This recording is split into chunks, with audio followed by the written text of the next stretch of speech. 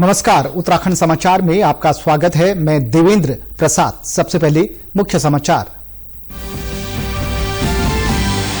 प्रधानमंत्री नरेंद्र मोदी ने विश्व युवा कौशल दिवस और स्किल इंडिया मिशन की 6ठी वर्षगांठ पर युवाओं को किया संबोधित। कहा, कौशल विकास राष्ट्रीय आवश्यकता और आत्मनिर्भर भारत के लिए एक प्रमुख आधार। मुख्यमंत्री पुष्कर सिंह धामी ने दिल्ली में केंद्रीय रेल मंत्री अश्विन वैष्णव से रेल परियोजनाओं पर चर्चा की। पर्यटन सर्किट के रूप में विकसित होगा आईडीपीएल ऋषिकेश।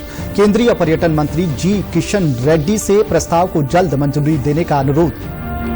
उत्तराखंड पुलिस ने शुरू किया ऑपरेशन मर्यादा। धार्मिक स्थलों पर हुड़दंग करने वालों पर होगी कार्रवाई। सरकार के निर्देश के बाद लिया फैसला।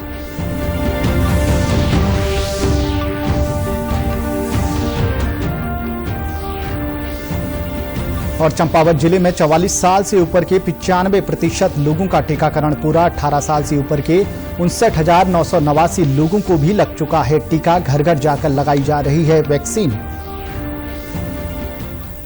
अब समाचार विस्तार से। प्रधानमंत्री नरेंद्र मोदी ने कहा है कि कौशल विकास राष्ट्रीय आवश्यकता है और ये आत्मनिर्भर भारत के लिए एक प्रमुख आधार है। विश्व युवा कौशल दिवस और स्किल इंडिया मिशन की 6ठी वर्षगांठ के अवसर पर युवाओं को संबोधित करते हुए उन्होंने कहा कि जब समाज युवाओं के कौशल पर ध्यान केंद्रित करता है तो इसका लाभ पूरे देश को मिलता है। प्रधानमंत्री ने पिछले 6 वर्षों में बने नए संस्थानों को सशक्त बनाकर स्किल इंडिया मिशन को गति देने की आवश्यकता पर बल दिया। प्रधानमंत्री नरेंद्र मोदी ने कहा कि दुनिया को स्मार्ट और कुशल मानव शक्ति उपलब्ध कराने के लिए युवाओं का कौशल विकास रणनीति का प्रमुख आधार होना चाहिए। दुनिया में स्किल्स की इतनी डिमांड है कि जो स्किल होगा वही ग्रो करेगा। ये बात व्यक्तियों पर भी लागू होती है और देश पर भी लागू होती है। दुनिया के लिए एक स्मार्ट और skilled manpower solutions Bharat दे सके, ये हमारे नौजवानों की स्किलिंग स्ट्रेटजी के मूल में होना चाहिए। प्रधानमंत्री ने केंद्र सरकार द्वारा विश्व स्तरीय कौशल और उसके विकास के उठाए गए कदमों की सराहना की। प्रधानमंत्री ने कहा कि कुशल कर्मियों ने ही देश को कोविड से लड़ने में मदद की और इसकी चुनौतियों ने विश्व युवा कौशल दिवस के महत्व को बढ़ाया है। नई पीढ़ी के युवाओं का स्किल डेवलपमेंट एक राष्ट्रीय जरूरत है। आत्मनिर्भर भारत का बहुत बड़ा आधार है। मुख्यमंत्री पुष्कर सिंह धामी ने नई दिल्ली में केंद्रीय मंत्री रेलवे, दूरसंचार, इलेक्ट्रॉनिक्स एवं सूचना प्रौद्योगिकी अश्विन वैष्णव से शिष्टाचार भेंट की। मुख्यमंत्री ने केंद्रीय मंत्री से उत्तराखंड से संबंधित विभिन्न रेल परियोजनाओं पर विस्तार से चर्चा की। मुख्यमंत्री ने रुड़की देवबंद परियोजना में उत्तराखंड द्वारा वर्तमान तक दिए गए 296.67 करोड़ की धनराशि के अंशदान को पर्याप्त मानते हुए परियोजना के अवशेष कार्यों का वित्त पोषण रेल मंत्रालय और उत्तर प्रदेश की ओर से किए जाने का अनुरोध किया।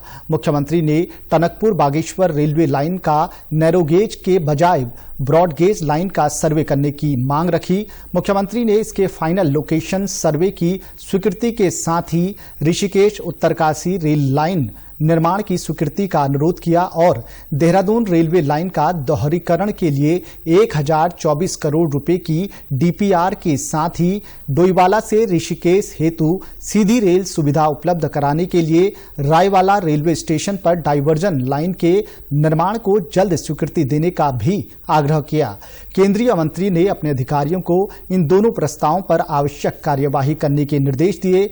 मुख्यमंत्री पुष्कर सिंह धामी ने Dhampur Kashipur via Jaspur rail line के निर्माण और दिल्ली से रामनगर के लिए कॉर्बेट इको एक्सप्रेस की जल्द स्वीकृति का भी आग्रह किया। साथ ही भारत नेट फेज 2 की सैद्धांतिक मंजूरी के लिए आभार व्यक्त किया। केंद्रीय मंत्री से उत्तराखंड को स्टेट लेड मॉडल के अंतर्गत परियोजना की प्रशासनिक और वित्तीय स्वीकृति शीघ्र जारी करवाने का अनुरोध किया। मुख्यमंत्री पुष्कर सिंह धामी ने नई दिल्ली में केंद्रीय पर्यटन मंत्री जी किशन रेड्डी और केंद्रीय राज्य मंत्री अजय भट्ट से मुलाकात की। मुख्यमंत्री ने उत्तराखंड में पर्यटन विकास के लिए राज्य सरकार द्वारा किए जा रहे प्रयासों की जानकारी दी। मुख्यमंत्री ने कहा कि प्रधानमंत्री नरेंद्र मोदी के मार्गदर्शन में राज्य सरकार उत्तराखंड को पर्यटन, तीर्थाटन के साथ ही साहसिक खेलों के विश्व स्तरीय केंद्र के रूप में विकसित करने की दिशा में काम कर रही है। मुख्यमंत्री ने आईडीपीएल ऋषिकेश को स्पेशल टूरिज्म जोन के रूप में विकसित किए जाने की योजना की प्रशासनिक स्वीकृति देने का अनुरोध किया। मुख्यमंत्री ने केंद्रीय मंत्री को बताया कि आईडीपीएल ऋषिकेश में 600 एकड़ में biodiversity park, international convention centre, resort, hotel, wellness centre बनाया जाना प्रस्तावित है। उन्होंने केंद्रीय पर्यटन मंत्री को उत्तराखंड आने के लिए आमंत्रित किया। उत्तराखंड पुलिस ने आज से ऑपरेशन मर्यादा शुरू कर दिया है। इस विशेष अभियान के अंतर्गत तीर्थ स्थलों और गंगा किनारों पर हुड़दंग और मादक पदार्थों का सेवन करने वालों को तुरंत गिरफ्तार करके कठोर कार्रवाई की जाएगी। साथ ही पर्यटक स्थलों पर गंदगी करने वालों के विरुद्ध पुलिस एक्ट के तहत जुर्माना लगाया जाएगा। उत्तराखंड पुलिस महानिदेशक अशोक कुमार ने बताया कि उत्तराखंड आने वाले सभी पर्यटकों का स्वागत है। सभी से अनुरोध है कि उत्तराखंड देवभूमि है, यहाँ की समृद्ध संस्कृति, मां गंगा और सुंदर प्रकृति का सम्मान करें। उत्तराखंड पुलिस यहाँ आने वाले समस्त तीर्थयात्रियों एवं पर्यटकों से अपील करती है, अनुरोध करती है कि यहाँ के तीर्थस्थलों की मर्यादा को बनाए रखें, गंगा जी की पवित्रता को बनाए रखें, यहाँ की समृद्ध संस्कृति को का भी ख्याल रखें। साथ ही साथ यहाँ की स्वच्छता और सुंदरता को भी खराब न होने दें। इसीलिए उत्तराखंड सरकार की मंशा के अनुरूप तीर्थस्थलों की मर्यादा बनाए रखने हेतु एवं पर्यटक स्थलों की स्वच्छता एवं सुंदरता बनाए रखने हेतु उत्तराखंड पुलिस द्वारा आज से एक विशेष अभियान की शुरुआत की जा रही है, जिसका नाम है ऑपरेशन मर्यादा। राज्य में वैक्सीन की डोज मिलने के बाद स्वास्थ्य विभाग की टीमें कोविड सेंटरों के साथ ही घर घर जाकर बुजुर्गों और असहाय लोगों को टीका लगा रही है। जिले में 37 वैक्सीनेशन सेंटरों में 18 से अधिक उम्र के लोगों का टीकाकरण किया जा रहा है। 44 साल से ऊपर के 95% लोगों को टीके की पहली और दूसरी डोज लग चुकी है। अन्य लोगों का भी तेजी से टीकाकरण किया जा रहा है।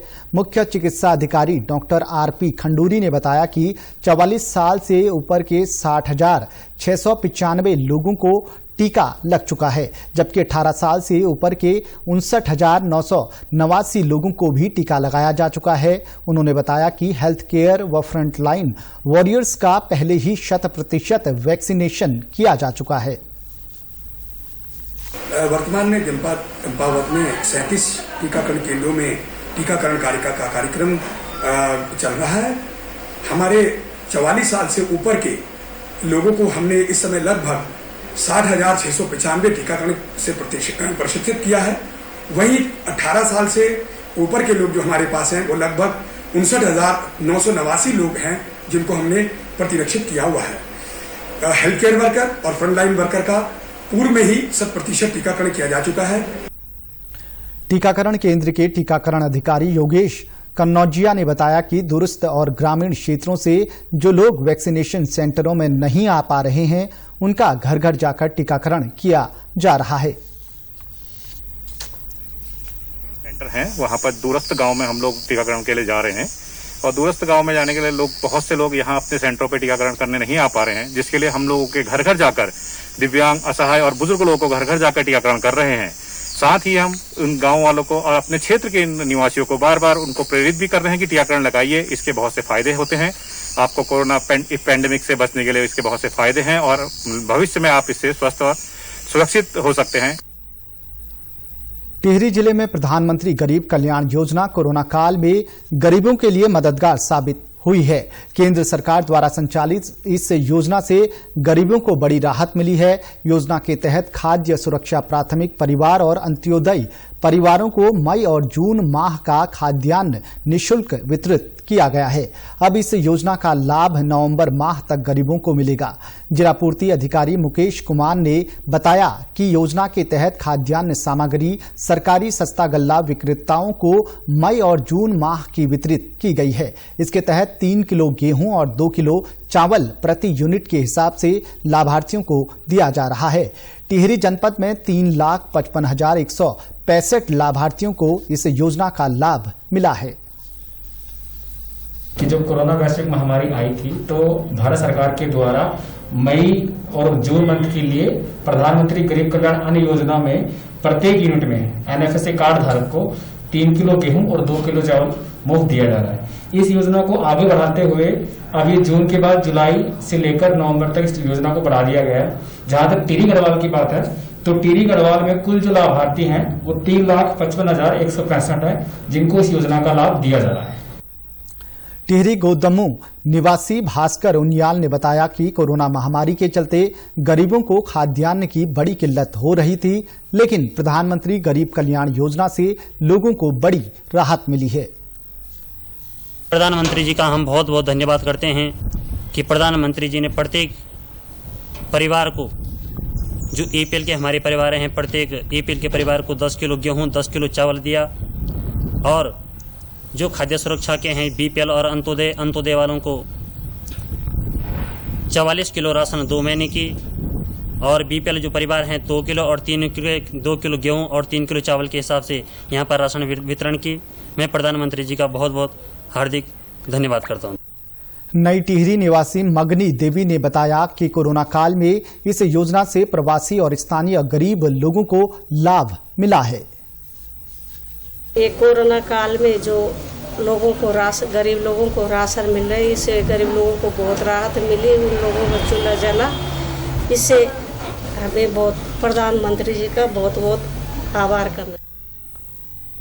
पौड़ी विकासखंड की गगवाशियो घाटी के राजकीय प्राथमिक विद्यालय लुआली में तैनात शिक्षक संपूर्णानंद जोयाल ने अपनी विद्यालय का कायाकल्प कर दिया है। विद्यार्थियों के प्रति शिक्षक की प्रतिबद्धता ने एक मिसाल कायम कर विद्यालय को पूरे क्षेत्र में लोकप्रिय बना दिया है। यह विद्यालय विकासखंड में सर्वाधिक छात्र संख्या वाला विद्यालय बन गया है। शिक्षक संपूर्णानंद जोयाल का कहना है कि लॉकडाउन से पैदा हुई स्थितियों को चुनौती के रूप में स्वीकार किया। जनता कर्फ्यू के समय में ऑफलाइन और ऑनलाइन दोनों तरह से शिक्षण कार्य किया और अभिभावकों ने भी हमें पूरा सहयोग किया।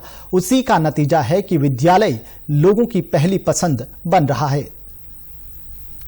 बिल्कुल, हमने कोरोना काल में एक चैलेंज के रूप में इसको लिया कि क्या बच्चों के भविष्य के साथ ऐसा तो नहीं हो सकता कि हम पूरे समय बंद रखते। तो हमने अभिभावकों की मीटिंग की और उन्होंने उसमें हस्ताक्षर किए और उन्होंने कहा कि हम चाहे हम ऑड इवन के हिसाब से बुलाएं, जैसे एक दिन 1-2 वाले आएंगे, एक दिन 3-4 वाले आएंगे, एक दिन 5 वाले आएंगे, इस तरह से करके। और बहुत सारे हमने प्रयास किए। इससे ये हुआ कि नवोदय में भी हमारे बच्चे निकलते रहे और पढ़ाई हमने बाधित नहीं होने दी और ऑफलाइन भी यहाँ रहे और ऑनलाइन भी हम काम देते रहे। तो इस वजह से ये है कि आज इतना विश्वास है यहाँ पर जितने भी हमारे सभी क्षेत्र में हमारे, कि आज हमारी संख्या 84 हो गई है। विद्यालय में लगातार हो रहे काम ने विद्यालय भवन की शक्ल ही नहीं बदली, बल्कि ऐसा माहौल बना दिया कि लोगों को प्राइवेट स्कूलों से बच्चों को निकालकर सरकारी स्कूल में एडमिशन लोगों ने करवाया। वर्तमान में यहां 84 बच्चे पढ़ाई कर रहे हैं। वहीं अभिभावक अपने बच्चों के प्रवेश के लिए लगातार स्कूल पहुंच रहे हैं। जिस स्कूल में मेरे बच्चे पढ़ते स्कूल में ना, यहाँ की स्थिति बहुत अच्छी है। लॉकडाउन में मेरे बच्चों ने पूरी पढ़ाई की। ऑनलाइन के साथ साथ उन्होंने विद्यालय में आकर भी सोशल डिस्टेंस के साथ आज बहुत अच्छी पढ़ाई मिली और सर जी ने तो हमारे बच्चों को बहुत अच्छी पढ़ाई दी और इसलिए हम इस स्कूल का बहुत बहुत धन्यवाद करना चाहते हैं कि इस कोरोना काल में भी हमारे बच्चों की पढ़ाई डिस्टर्ब नहीं हुई और उन्हें पूरी सोशल डिस्टेंस के साथ पढ़ाई की। पौड़ी जिले में असम और अरुणाचल प्रदेश का राजकीय पुष्प खिला है। ये पुष्प दुर्लभ और पवित्र माना जाता है। जिला मुख्यालय से करीब 7 किमी की दूरी पर आर्किड पुष्प फॉस्टेल खिला हुआ है। इसे द्रौपदी माला के नाम से भी जाना जाता है। घने जंगल के बीच खिला ये बहुत ही खूबसूरत फूल है। उत्तरकाशी जिले में ये फूल मांगली गांव में काफी समय से खिलता आ रहा है। फूलों के जानकार और फोटोग्राफर नवीन भट्ट बताते हैं कि इस दुर्लभ पुष्प का यहां खिलना आश्चर्यजनक है। मान्यता है कि इस फूल से महाभारत काल में द्रौपदी श्रृंगार करती थी, इसलिए इसे द्रौपदी माला भी कहा जाता है। साथ ही कुछ जगहों पर इसका नाम सीतावेणी भी कहा गया है। इसके पीछे भी यही तर्क है कि वनवास के दौरान उन्होंने इससे श्रृंगार किया होगा। ये एक ऑर्किड पुष्प है और इसे जो है फॉक्सटेल के नाम से जाना जाता है। लेकिन भारतवर्ष में ये बहुत ही ऐतिहासिक है क्योंकि यहाँ पर इसे द्रौपदी माला या सीतावेणी के नाम से जाना जाता है। कालखंड, अलग अलग कालखंड में जब वनवास में द्रौपदी जी या सीता जी रही हैं, उस समय उन्होंने इससे अपना श्रृंगार किया है। इसलिए ये एक ऐतिहासिक और धार्मिक महत्व का पुष्प भी है। और इससे पूर्व यह सिर्फ उत्तराखंड में ये दूसरी जगह है, ये पौड़ी मुख्यालय के नज़दीक ये दूसरी जगह है जहाँ पे ये दिखाई दे रहा है। इससे पूर्व ये उत्तरकाशी के मांगली गांव के पास दिखाई दिया था। प्रदेश से जुड़ी अपडेट्स के लिए आप हमसे सोशल मीडिया के माध्यम से भी जुड़ सकते हैं। हमारा ट्विटर हैंडल है DD News_देहरादून, हमारा फेसबुक पेज है DD News उत्तराखंड और हमारे YouTube channel DD News Uttarakhand को भी आप सब्सक्राइब कर सकते हैं। कोरोना संक्रमण से बचने के लिए मास्क का अनिवार्य रूप से और सही ढंग से प्रयोग करें। साथ ही सामाजिक दूरी का ख्याल रखें, नियमित रूप से हाथ धोएं और याद रखें, कोरोना को हराना है, मास्क जरूर लगाना है। साथ ही यदि अभी तक आपने वैक्सीनेशन नहीं कराया है तो आप भी आरोग्य सेतु या कोविन के माध्यम से खुद को रजिस्टर करके वैक्सीन लगवा सकते हैं। नमस्कार।